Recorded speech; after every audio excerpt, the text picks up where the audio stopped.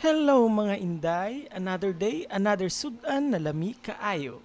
Magluluto tayo ng spicy squid stir fry. Okay, handa na natin ang ating pusit at ang ating sili na medium anghang. Yan, hiwain natin. At hiwain na rin natin ang ating malalaking sibuyas.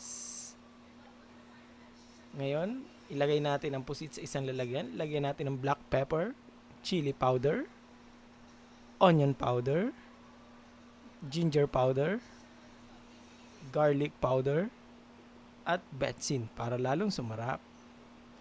Konting toyo at ating haluin. Siyempre, hindi mawawala ang asukal para tumamis. Haluin lang natin. Yan. Pag ganyan na, saka magpainit tayo ng ating kawali. Ilagay ang ating sibuyas, ang siling green at pula, at ilagay na nga ang ating pusit. Sabi nila yung pusit na yan ay mapalot.